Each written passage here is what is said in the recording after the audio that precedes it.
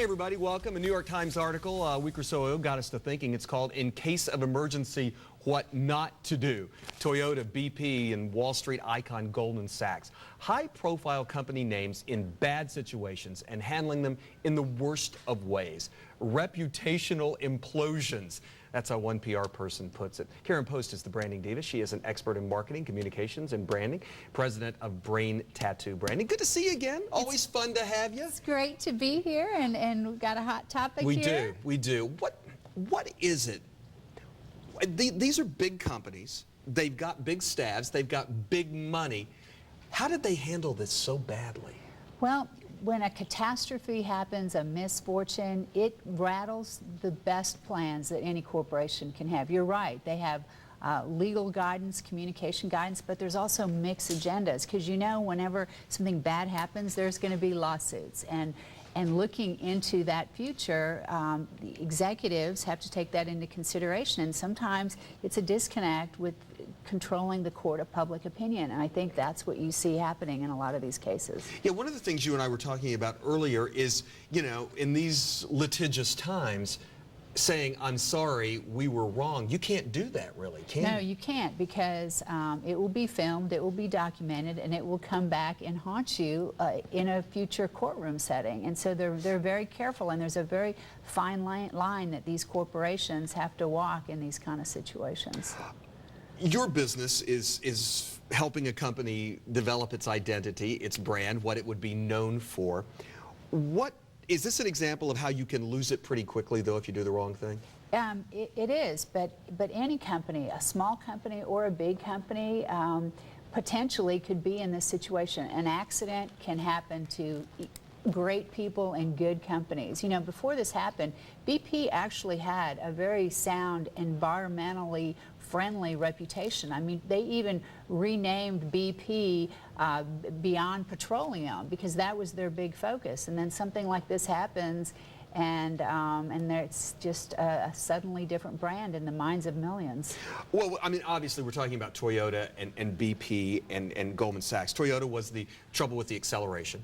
BP, we all know, is the spill. Goldman Sachs, I think a lot of people know that they did something, but not quite necessarily. It's a Wall Street firm, and last month they agreed to pay $550 million in securities fraud charges. But I found this quote that was in Rolling Stone, that Rolling Stone said of Goldman Sachs: "A great vampire squid wrapped around the face of humanity, relentlessly jamming its blood funnel into anything that smells like money."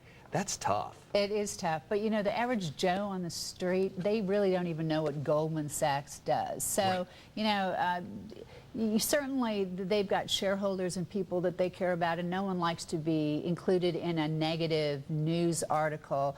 But their audience is a lot narrower than BP. Look how BP impacted the gas station owners that really had nothing to do with that accident, and that's very unfortunate.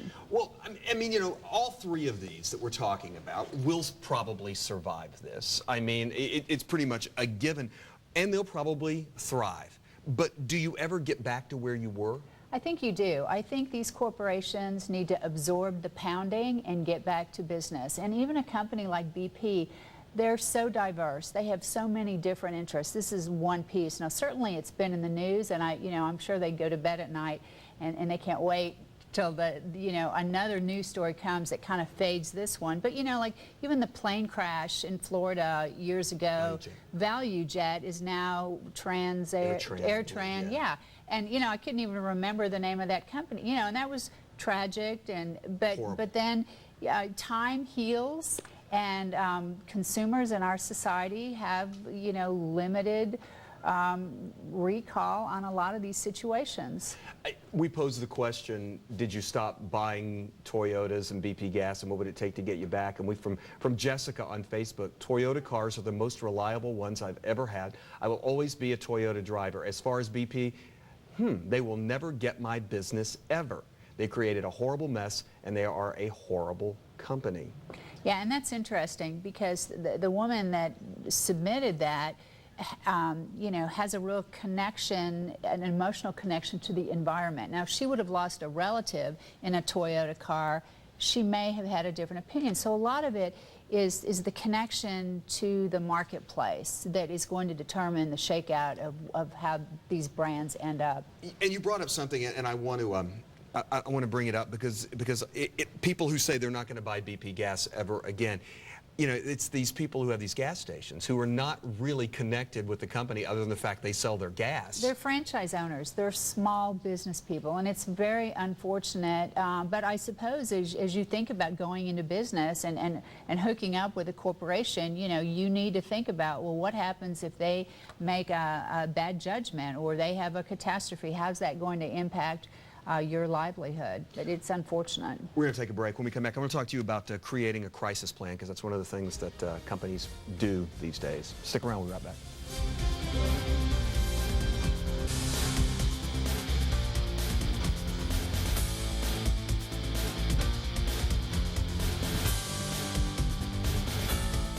Welcome back. Talking to our friend Karen Post with Brain Tattoo Branding, the branding diva, about Goldman Sachs and BP and Toyota and helping them to repair their images if they can. One of the things that companies always do when they hire a PR marketing person, branding person, is get a crisis plan in place. You know, that's one of the first things for when something like this happens, right? You need that. Absolutely. Plans are important. But then sometimes things don't follow the plan. Like in BP's situation, the CEO said some things that he probably wished he didn't say. I want my life back. Tony Hayward wants to get his life back. Right, and then showing up at the yacht race with his family, not a good move. And now consequently, Tony Hayward out, and guys by the last name of Dudley is in, and you say... He's very American. He's got a great Southern accent. Americans can relate to him, and I do think that there's some skepticism on foreign companies, you know, with American situations. Yeah. And so I think that was a very smart move that they changed that spokesperson. What did these companies do or not do that has made them look so bad? Not getting in front of this early enough? They don't get out in front. They play the blame game. They pull out a bunch of excuses, and they focus so much on the liability, which I can certainly understand, but the court of public opinion is just as important in their future. So I think those are the main points. Well, you know, when we talk about the liability and people being worried about in a litigious society, what we can't forget in the BP situation is besides the spill, you had people lose their lives early on in this thing. There was an explosion and a fire and people were killed. And I'm sure that that all weighs heavily in the decisions that they make. Absolutely. And if you think about it, BP's a big employer. I mean, a lot of people in Louisiana work for that company, and those people are impacted by this situation too. But as consumers, the corporations are the bad, evil ones, and so we associate those emotions with that entity, and it's unfortunate that a lot of other people get hurt.